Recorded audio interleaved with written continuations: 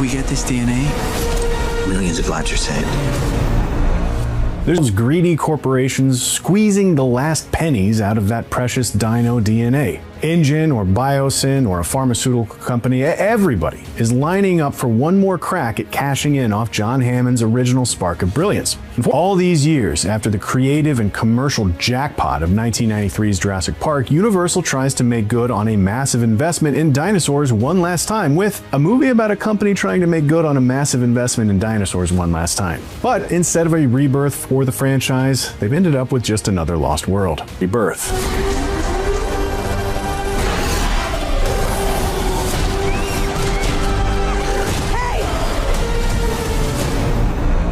Scarlett Johansson and Mahershala Ali could read the phone book to each other while wearing beige sweaters on a cloudy day, and I'd be on board. They're more often than not the most interesting things on screen in whatever movie they happen to be in, and that's true for Jurassic World Rebirth as well. As covert operations specialist Zora Bennett and her trusted mercenary colleague Duncan Kincaid, Johansson and Ali are at their usual best here. And Gareth Edwards into the Jurassic world seems like it's paying off in the opening sequences. The only director who's ever worked with both Godzilla and a Death Star, Edwards knows how to create real terror with scale on screen. When the iconic Jurassic Park logo appears on screen, it's accompanied by a score that would be right at home in a classic Universal monster movie. It's all creepy creature feature vibes on the soundtrack, and I actually loved it because it is a new flavor for the franchise.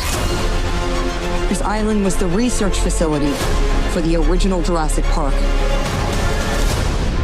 Now there's a coming at this movie with a legitimately new energy that lasts past the cold open. In an early scene where Rupert Friend's shady corporate executive hires Johansson's covert ops expert to take part in his shadiness, the exposition is set against action in the background that very quickly establishes the dynamic between dinosaurs and humans post-Jurassic World Dominion. It's the kind of efficiency in storytelling that I really like, and there's a funny bit of it right out of the gate in Rebirth. Don't see that every day, or ever. Another assorted dino chow find themselves in a fight to survive. It's the same thing the franchise has done with varying degrees of success and, I would argue, pretty consistent degrees of failure since The Lost World. Now, Edwards may have made Rogue One, but Jurassic World Rebirth follows the playbook of a different Star Wars movie, The Force Awakens, which is one-to-one to the original Jurassic Park, but there's a problem this movie can't solve. Jurassic Park was a simple machine. For all its big ideas and complexities, it's about easy-to-like people trying to not get eaten and wondering if maybe you shouldn't play God. The franchise has also since layered more and more on top of that relative straightforwardness almost every time out, to the point that there's just too much to deal with in Rebirth. Existing with dinosaurs with a gene sequence gap filled in by questions about to whom scientific discovery actually belongs, while every character with a speaking role gets a hyper-specific emotional journey to go on that also has to get... Maybe we should make it quick.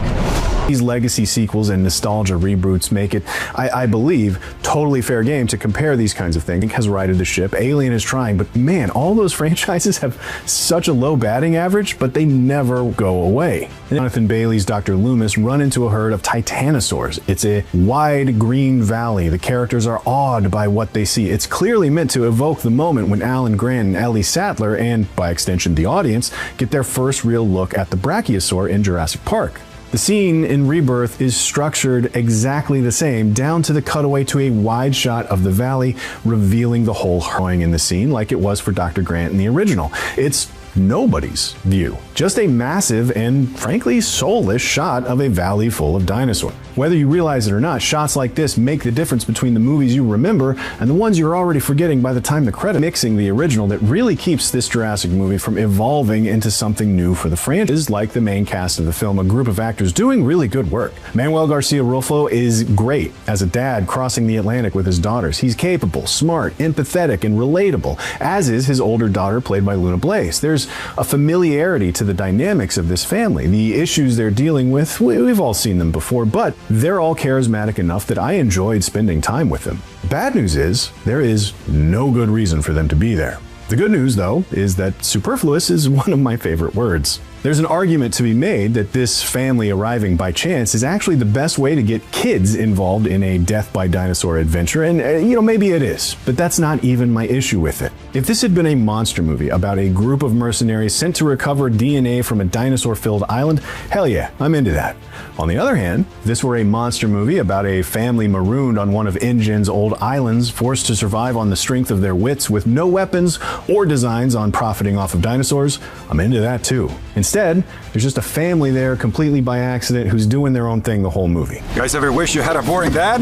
We do. The way they cross over with Scarlett Johansson and her side of the cast is mostly incidental, and the themes they represent don't really have anything to offer to Rebirth as a whole.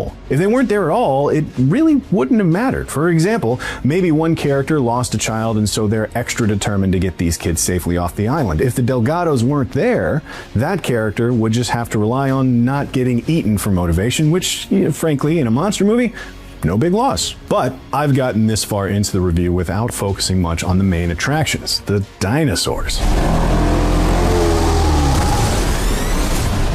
The insanely mutated genetic cocktail that gets loose in the opening sequence looms over much of Rebirth. Edwards and writer David Koepp keep its threat off screen for the most part, in a very Spielbergian show of restraint. And this is, as I said before, the basket in which I was keeping all my ostrich eggs and amphibian DNA, a Gareth Edwards sense of scale. But where Rebirth's marquee mega mutant, half kaiju, half rancor monstrosity is concerned, its scale feels off. It seems bigger in some scenes than others, and it felt like it might be changing size and shape to suit whatever particular flavor of terror it needs to inflict in any given moment. In fact, is it weird to anybody else that every Jurassic movie that followed 1993's Jurassic Park has looked progressively a little worse, a little less believable? There's nothing that can top that original movie's blend of practical animatronics and CGI. I think Rebirth continues that trend. There's nothing particularly ingenious about the look of this movie, and I find myself like a near-future dinosaur exhibit patron thinking,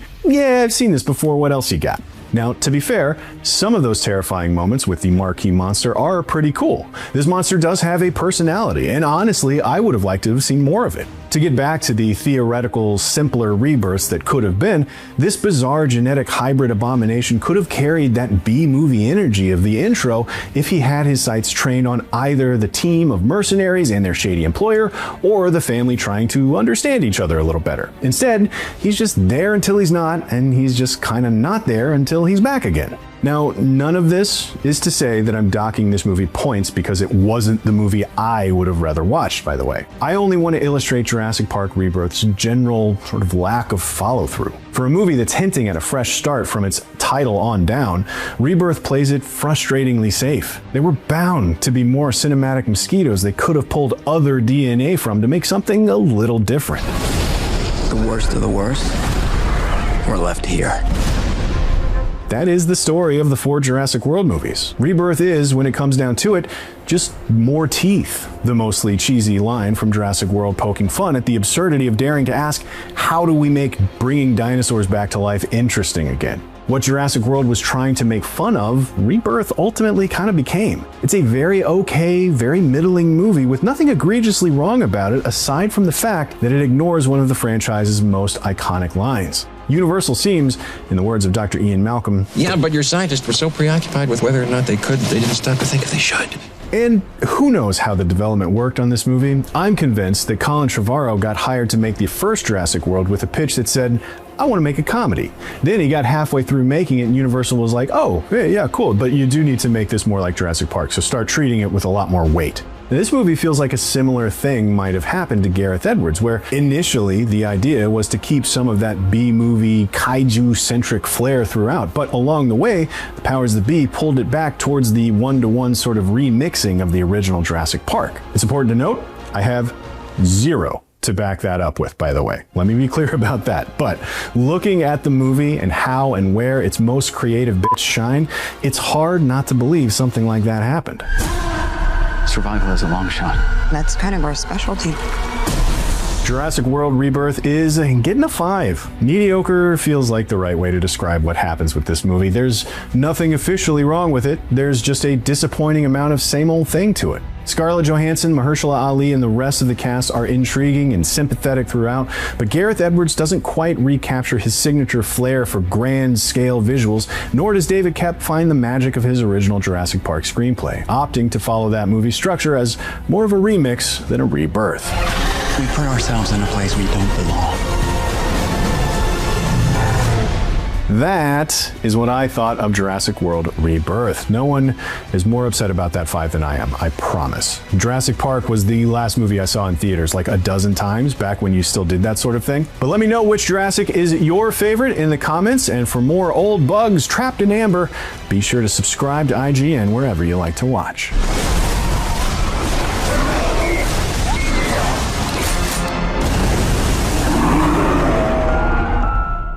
Jurassic World is back, but not in the way you might expect. Rebirth brings a fresh cast with Scarlett Johansson and Mahershala Ali stepping into a world that's darker, more grounded, and way more intense. The trailer teases a survival horror vibe rather than the classic dino adventure feel, giving us chilling glimpses of isolated environments, brutal dinosaur encounters, and a desperate fight for survival.